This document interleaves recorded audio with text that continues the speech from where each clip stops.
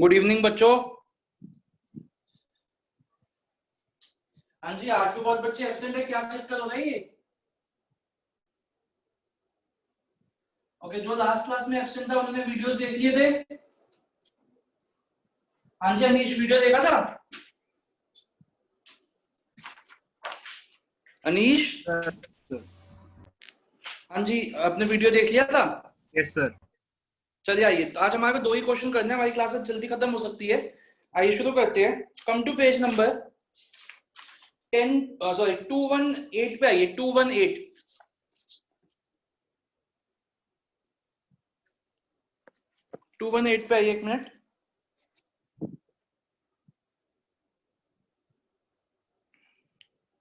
Question number 10.15 read करना शुरू करिए।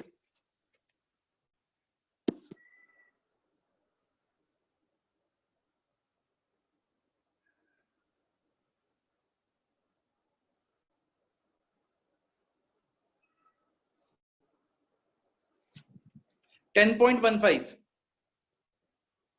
आइए मैं रीड करता हूं। A company belonging to a risk class for which the appropriate capitalization is 10%। तो ये आपका KE हो गया, KE हमारा 10% हो गया। आगे चलते हैं। It currently has outstanding shares of 25,000। तो ये नंबर ऑफ शेयर्स हो गए 100 each, ये P0 हो गया। The firm is contemplating share selling at 100 each, है ना, तो ये P0 हो गया। The firm is contemplating the declaration of dividend at 5 rupees at the end of current financial year, D1 हो गया। The company expects to earn a net income of 2.5 lakhs and proposal for making a new investment is 5 lakhs। ठीक है, वो भी देखेंगे। Show that under MM assumptions the payment of dividend does not affect the value of firm।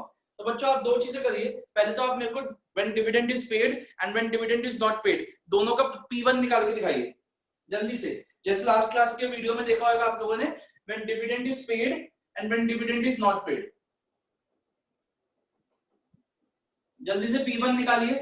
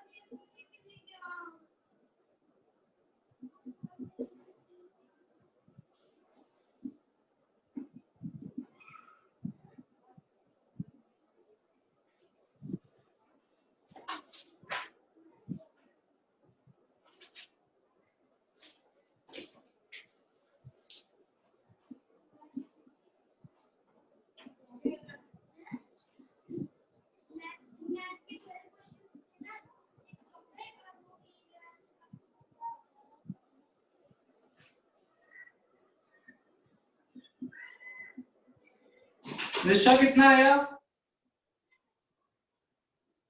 तो कर रही हूँ। कितना कर रही हूँ। जल्दी करो।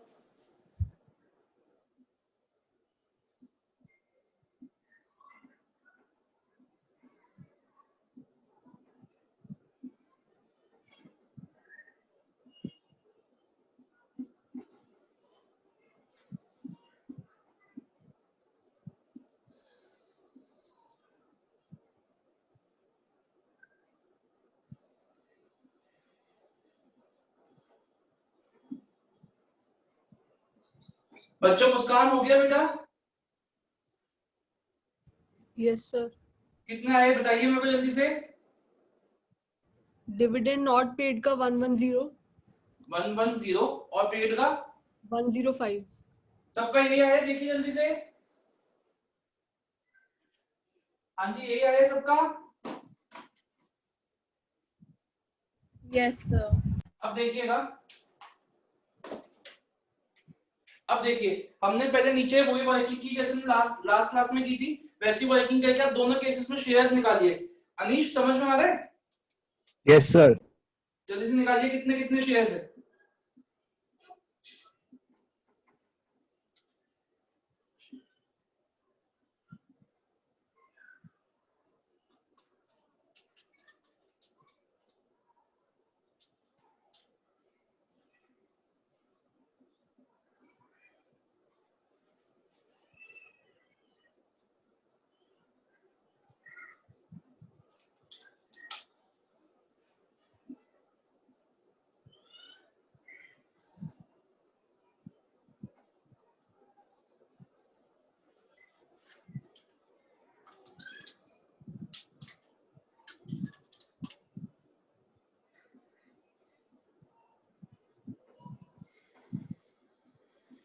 देखिए क्या यही शेयर्स आ रहे हैं जो मेरे आ रहे हैं?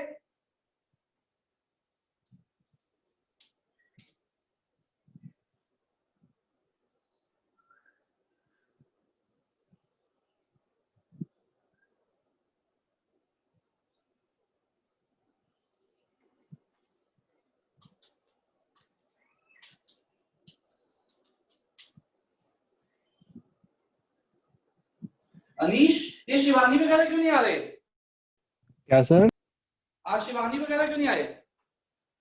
सर पिछली क्लास में तो उसके घर पे भी कोई आया हुआ था, तो मैं एक बार पूछ देता हूँ अभी। हाँ मुझे आज रहने दे, आज तो क्योंकि बस अब लास्ट 10 मिनट में खत्म हो जाएगी क्लास। बट उसको बोलो अब इतनी छुट्टियां ना करे वो। ठीक है सर, अभी बोल देता हूँ। ऋत्विक आपको समझ आ रही है? सर ये एंड। हाँ Yes, एक मिनट, ऋत्विक ये आ गए आपके शेयर्स? yes, sir. ओके हाँ बोलो अनीश, क्या कह रहे हो? ये एंड में मल्टीप्लाई करके 30 लाख के बता करा दो बता दो। पहले आप देखो सब बच्चों के न्यू शेयर्स इतने आ गए जितने ये वाले ये आएंगे सबके। देखो अर्शिता आपके ये आ गए Yes. शेयर्स? सर कर रही हूँ अभी। जल्दी करो, बताता हूँ अनीश, अभी लास्ट का पार्ट बताता हूँ। देखो जब आपका यहाँ तक हो जाए रुक जाइएगा, यहाँ तक 2272 एंड 3571।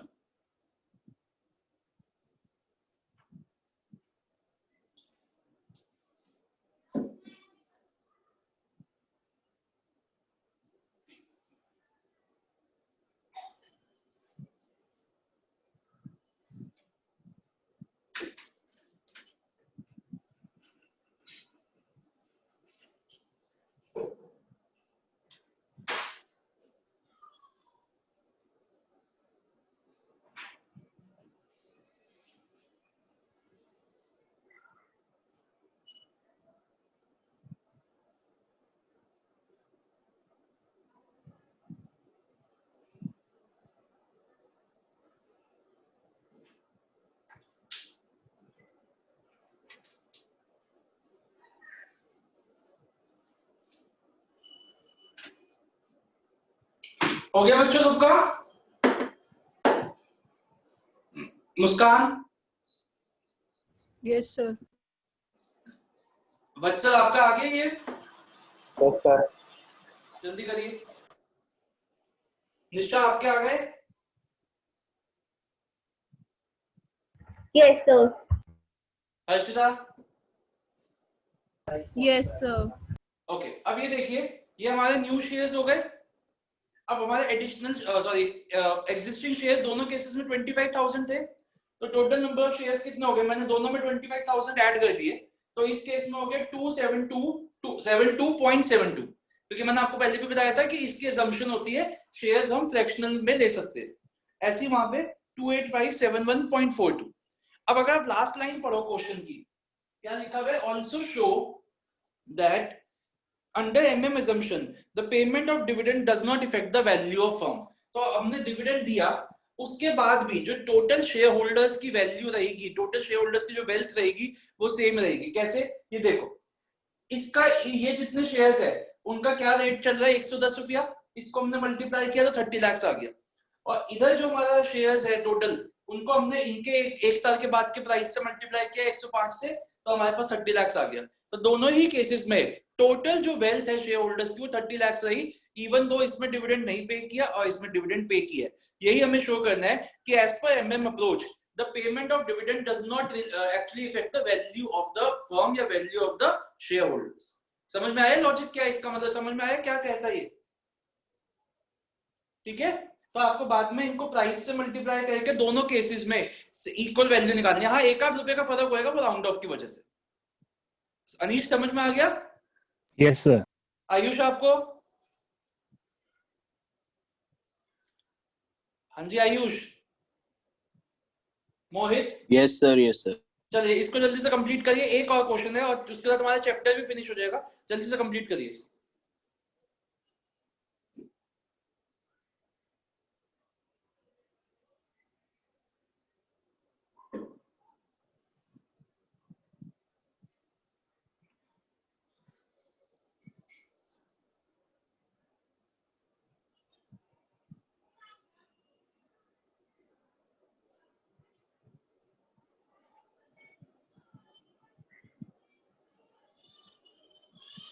हो गया बच्चों?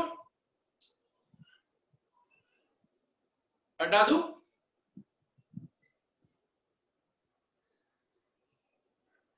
हाँ जी, हटा दूं क्या?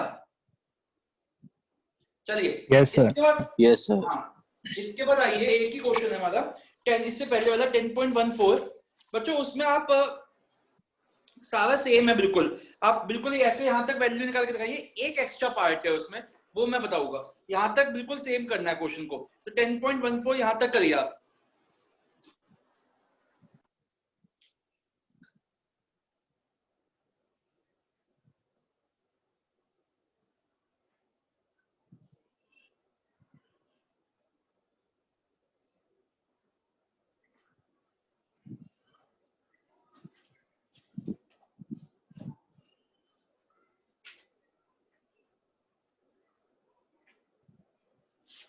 सर हाँ जी आयुष।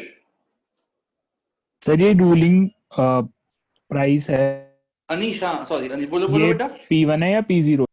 कौन सा रूलिंग? करंट रूलिंग प्राइस या आज का प्राइस? P0। ठीक है सर।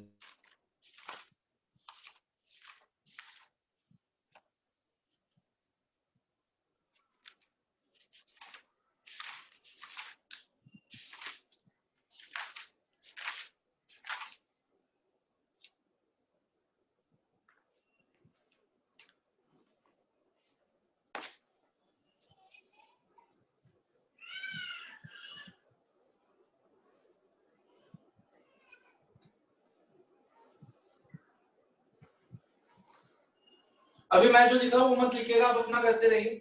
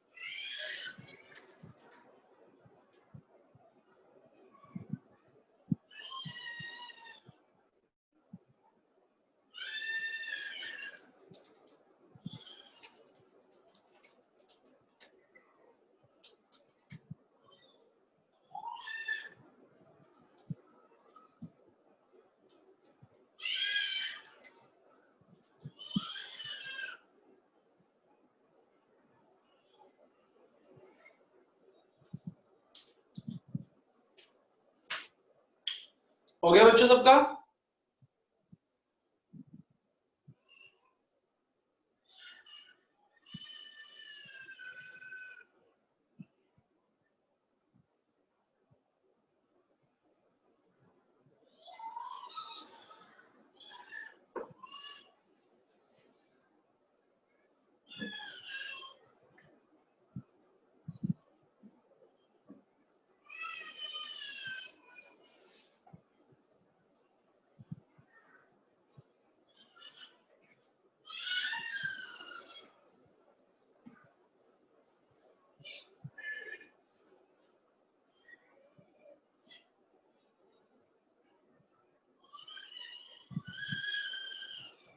अनिश हुआ बेटा?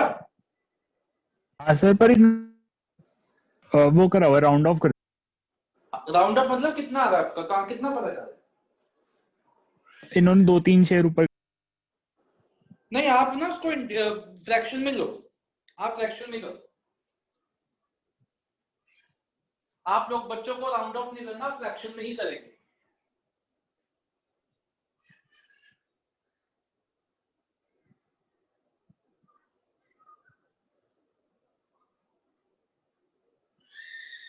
उसका आंसर मैच कर मत करना, अभी एक एक पार्ट बचा, आप अपना देखो।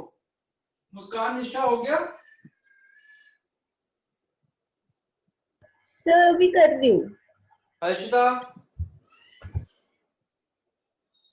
सर कर रही हूँ।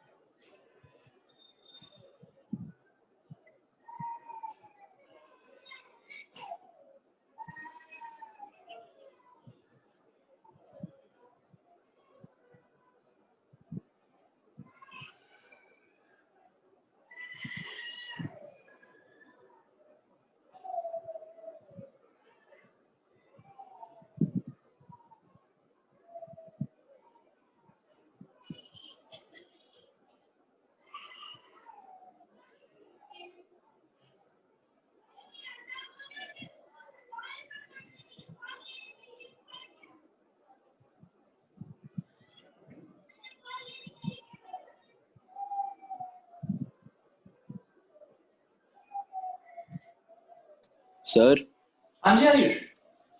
कहाँ तक करना है?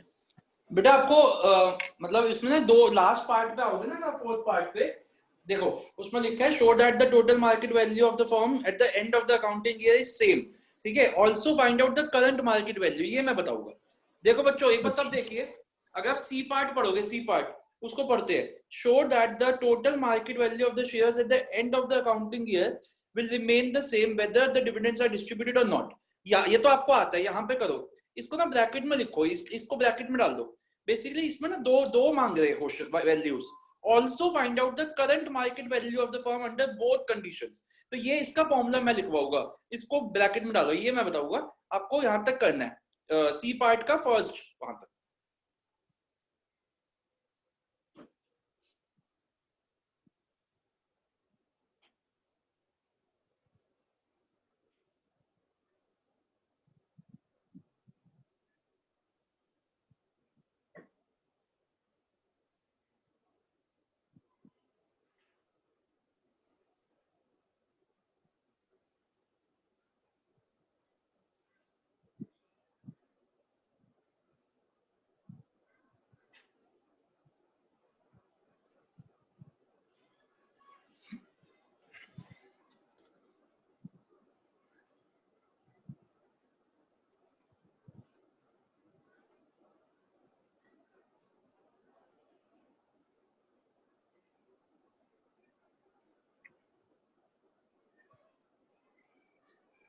शुभम आपको समझ में आ रहा है? जी सर।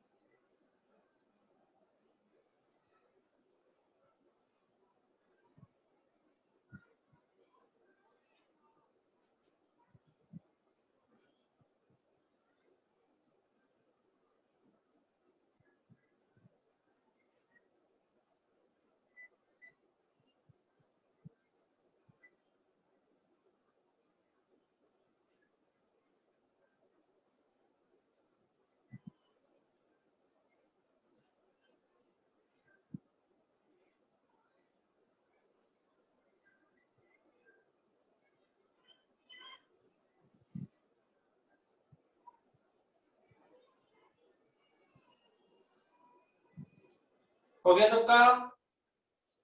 Yes sir. Yes, सबका sir. हो गया? नीश आपका हुआ? Yes sir. ऋत्विक आपका? वत्सल? अब देखो बच्चों, उसमें तुमने एक और चीज मांगी है, also show the current market value of the firm.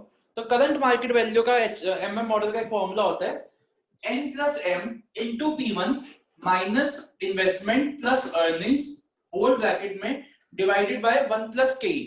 के तो आपको पता ही है, कॉस्ट ऑफ इक्विटी। n हो गया एग्जिस्टिंग शेयर्स, m हो गया new shares, P1 price at the and, i हो गया इन्वेस्टमेंट जो करनी है, और e हो गया अर्निंग्स।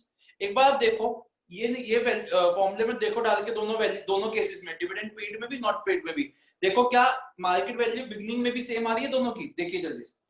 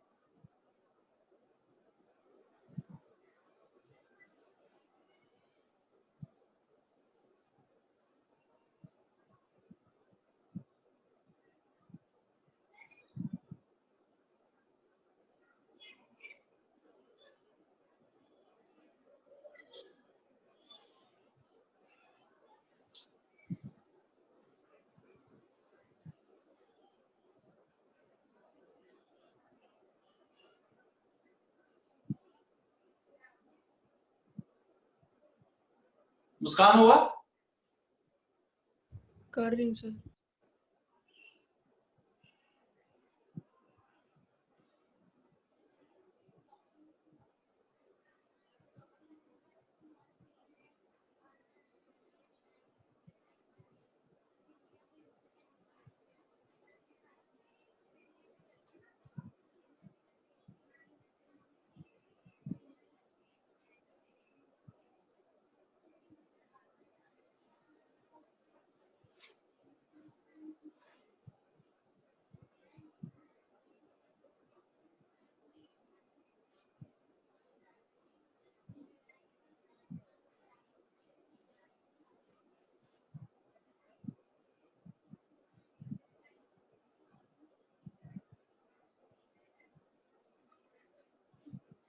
किसी का हुआ? कितनी आई वैल्यूज?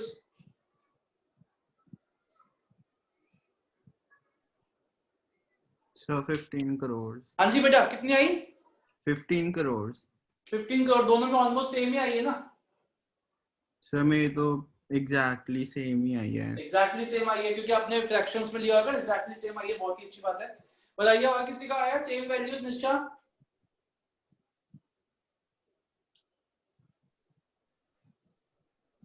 Yes, sir. तो बच्चों इससे हमारा मतलब ये आपको तभी लगाना है फॉर्मूला जब उन्होंने करंट मार्केट वैल्यू भी मांगी है। अब एंड वाला तो वैसे ही करना है जैसे हमने किया, तो इससे हमारा ये पॉइंट साबित हो जाता है कि एज पर एमएमएफ मॉडल डिविडेंड देने से या ना देने से कोई फर्क नहीं पड़ता। ठीक है बच्चों, इसका तो हमारा चैप्टर फिनिश हुआ। जिसका अगर कोई पेंडिंग चल रहा है टॉपिक इस चैप्टर का तो वो वीडियो देख सकते हैं। मैं आज का वीडियो भी शाम को 9-10 बजे तक अपलोड कर दूंगा, आपको पता चल जाएगा आपके। चलिए अब हमारा डिविडेंड डिसीजन का ही सुनिएगा मेरी बात, एक और चैप्टर है जो बहुत ही इजी है, उसमें कोई फॉर्मूला वगैरह कुछ नहीं, वो मैथमेटिक्स का चैप्टर है, नॉर्मल मैथमेटिक्स का, कि इसमें लिखा हुआ है कंपनी ने 20% डिविडेंड दिया तो कितना होना चाहिए, वो सब एक ही दिन में खत्म कर देंगे। अब आपकी क्लास वेडनेसडे को ही होगी, कल नहीं है आपकी क्लास, तो वेडनेसडे को हम अपने नॉर्मल टाइम पे 4 बजे आपकी क्लास है। किसी को कुछ पूछना है? No sir. ठीक है, तो वेडनेसडे 4 बजे मिलते हैं। ये चैप्टर फिनिश है। डिविडेंड डिसीजन का एक और चैप्टर है जिसमें 4-5 क्वेश्चन है टोटल, और कोई फॉर्मूला नहीं है, बेसिक मैथमेटिक्स के क्वेश्चन है, तो वो हम एक ही दिन में खत्म कर देंगे परसों। ठीक है जी, ओके ओके सर। चलिए परसों मिलते हैं 4 बजे। एंड प्लीज एक बार नीश शिवानी को बोलना आप छुट्टियां ना करे। अच्छा, उस चैप्टर ठीक का है इस सर। चैप्टर से कोई लेना देना नहीं है, तो वो क्लास अटेंड करेगी पक्का। ठीक है सर। Okay bye bye.